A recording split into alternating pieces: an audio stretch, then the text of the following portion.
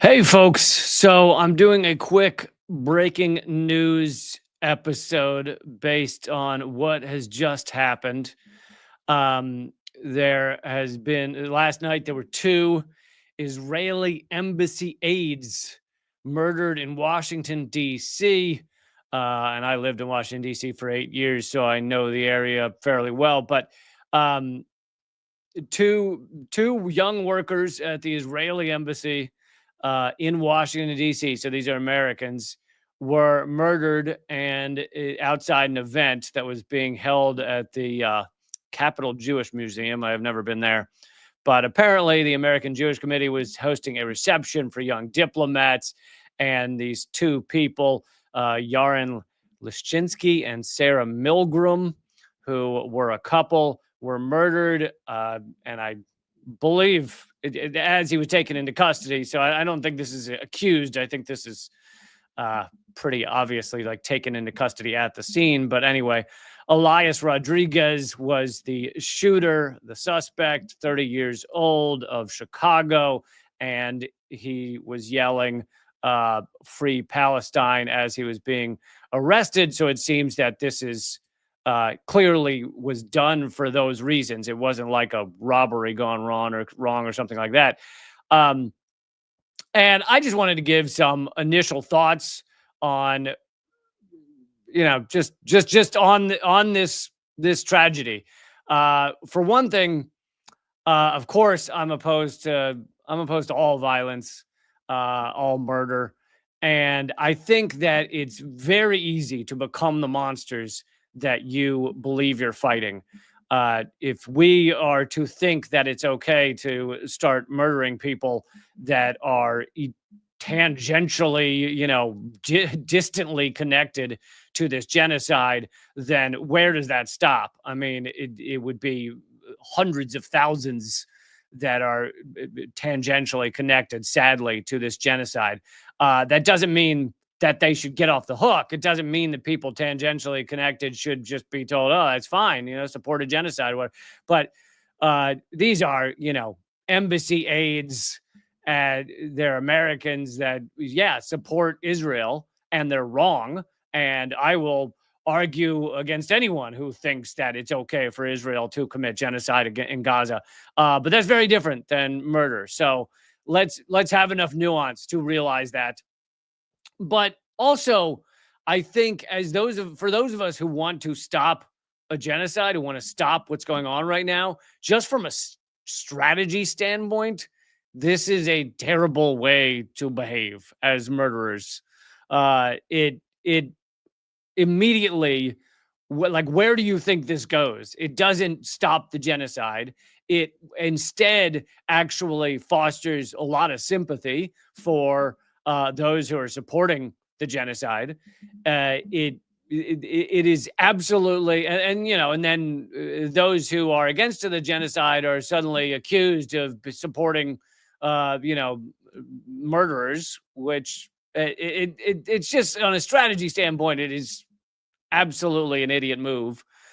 Just outside of what a tragedy it is, and outside of the fact that I'm opposed to murder, um, it's just it's just terrible.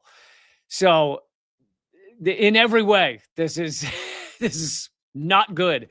Um, I would also like to make the point that we get to see in real time how much more an American life, an Israeli life, an American who supports Israel's life is, how much more important it is than a Palestinian life. We have already seen endless articles. I mean, it's been a few hours, and you can go read countless articles on um, these young people's lives who were murdered. Touching articles about them getting engaged, and et cetera, et cetera. Are we going to get articles about that for the, I'll say 52,000, but really it's 300,000 Gazans that have been murdered by Israel? Are we going to see any kind of parity in media coverage for those who are killed in Gaza? Absolutely not. So we will get to see, and we are seeing in real time, how much more these lives are worth than the lives of those in Gaza than those who are murdered every single day in Gaza by Israel.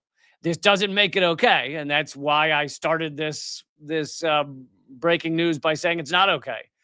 But it does show how disgusting our media is, how disgusting media around the world is. And, outside of just media, just on social media, you'll see far more people talking about the lives of these two young people that were just murdered than you will of the 300,000 that have been murdered in Gaza.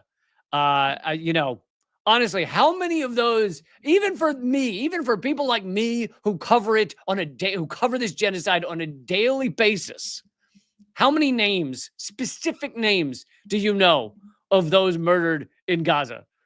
Maybe 3. Heinrich Job, like almost none out of 300,000. Maybe a couple of UN workers you might remember the names of, a couple of doctors you might remember the names of. Almost zero. Yet you know the names of these two young people that were just murdered in Washington, D.C. And this shows the difference of how much these lives mean to our societies. And so I think that is one of the bigger points we need to take away from this. Could you imagine how many newspapers it would take if we still had newspapers? Could you imagine how many pages of internet writing it would take to write an article, just one article, on every single person that has been murdered in Gaza by Israel? Just one article per person. Whereas this, this couple that was just murdered, they are getting hundreds of articles, or minimum tens of articles, dozens and dozens of articles written about them. Imagine if you had that many written for every single Gazan that was murdered. It would take up the whole of the internet. It would take up, there'd be newspaper, a newspaper tower the size of the Empire State Building. Couldn't begin to do it. And yet again, I'm just trying to make the point of how much more important these lives are to us than they are to, than our Gazan lives are. Another important point is just how much Israel and the United States are to blame. And they're not exclusively to blame. Obviously, the shooter is also to blame, but there's enough blame to go around when these tragedies happen. And I think you should reserve some of that blame for Israel, for what Israel's doing in Gaza right now. And that doesn't mean it's justified. There's a very big difference between those two. But 2 key points, not just the fact that Israel's committing genocide, so therefore you're going to end up with tragedies outside of just that genocide. But 2 key points about how Israel creates these tragedies. And of course, there's others that are not murder. There's other attacks against Jews around the world that are because Israel has worked very hard to make this world conflate Israeli policies with just being Jewish, or supporting Israel, being Zionist, with being Jewish. And they're 2 different things. There are millions of anti-Zionist Jews, and there are millions of Zionist non-Jews. So they're different things, and yet Israel's worked very hard to make you conflate the 2. And that's how you end up with people doing harm and attacking. And I'm not talking about this example because these 2 worked in the Israeli embassy, but I just mean the attacks on Jews that to some degree are happening around the world, not nearly what some people claim, but it's because people conflate the 2. They think that all Jews support Israel. That's not true. They think that all Jews are Israel. That's not true. They think that Israel speaks for all Jews. That's not true. And so Israel's worked very hard for you to conflate those so that they can accuse anyone who criticizes Israel of being anti-Semitic. They want you to conflate those 2. And we have to fight very hard to understand the world outside of this garbage propaganda that's being put forward by Israel. Another reason Israel deserves some of the blame is because when you commit murder on a daily basis of clearly 100% innocent people, children, women, men that have nothing whatsoever to do with October 7th or to do with any harm that has come to you, when you commit those murders on a daily basis and act like it is just walking down the street, it's just your daily day to day. It's just you're just it's taking out the trash. It's delivering the mail. It's an average activity. That attitude, that sentiment, that desensitization, it spreads.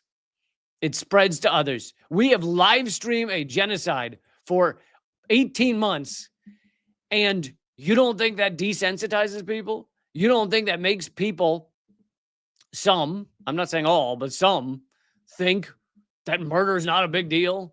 That killing's just, oh yeah, it's just something you do to quote unquote defend yourself or stand up for your belief. Like, and I'm not saying a large percentage of the population has gotten to that point, but there's a small percentage. And it's like to create that level of desensitization, to just tell us, oh yeah, we're live streaming. You could turn on your phone right now and watch a 2-year-old dying in Gaza, and then switch the channel to Israel's statement on what they're doing, and they're going to tell you it's fine. And literally, there's debates on Israeli television, some of which I've shown you, of them saying no baby is innocent, no infant is innocent, no child is innocent in Gaza. What are you talking about? It's morally repulsive, and yet again, this is why I say you got to be careful not to become the monsters you claim to be fighting. And I'm not the first to say that. That's a well-known quote. I'm not sure who was the first, but don't become the monsters that you're trying to fight against. And yeah, it's also there's also I imagine there's some people that are going to say, oh, this is has some similarities to Luigi Mangione, but there are a lot of differences. For one, Luigi Mangione was not arrested on the scene, so there's the accused aspect of it, but also there is the fact that that Brian Thompson was the head of that health insurance agency, as opposed to these embassy workers. But all of that being said, even with all those differences, I also don't think we should just be assassinating anyone. It doesn't generally help your cause. We need to change. We need a revolution of the mind. If you were to remove, and I'm not talking about assassinate, but if you were to remove, let's say, arrest or or just vote out or whatever in a recount, revote, take Donald Trump out of office or take Joe Biden out of office, it would not stop the genocide. As we've seen with Trump replacing Biden, you have to have a revolution of the mind. You have to have a re-education where people understand that this is not the right way to set up a world with supporting genocide. You have to have a lot of changes. Whereas you just, has United Healthcare really changed their ways? No. Their business model is built on exploiting people who are suffering, and that's not going to change because one CEO is gone. So I think just from you can look at this from a lot of different angles, and one of them you can look at is from a strategy angle, and it's just a terrible strategy as well to try and create the change that you want to see. But anyway, I wanted to do, I don't normally live stream on Thursdays, although there's an Unredacted tonight coming up at 7 p.m. Eastern. But I wanted to do this breaking news to cover this story because I knew part of the reason was just to give them thoughts, but part of the reason is because I know it's going to be, the media is going to run wild with this, and they're going to use it to create sympathy for Israel, sympathy for Israel's genocide. They're going to use it to go after pro-Palestine protesters who have absolutely nothing to do with these embassy workers that were murdered. And that's how our media is going to use it. They're also going to show you in real time how much more a life is worth when it's not a Gazan life. Anyway, I think that's most of my initial thoughts. I obviously don't. Maybe we'll get more information that I don't know could change some of the what we believe happened. But get that information in the coming hours or days. But from what we've seen so far, initial thoughts. Okay, so I will, for another live stream, I will see you tomorrow, and I'm sure we'll talk again about a little bit about this, but also about so much more, such as, speaking of so much more, Israel opened fire at a group of international diplomats, not journalists. They're killing journalists every day, but diplomats in the West Bank, and claimed it was warning shots. But of course, why are you firing warning shots at diplomats either?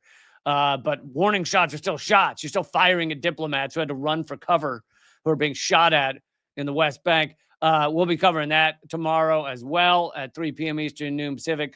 Also, Unredacted episode, new episode of Unredacted Tonight comes out this evening, 7 p.m. Eastern, 4 p.m. Pacific, right at YouTube. The best way to get there is leecamp.com/unredacted. We'll take you straight there. And yeah, so I'll see you for that at 7 p.m. Eastern. And keep fighting.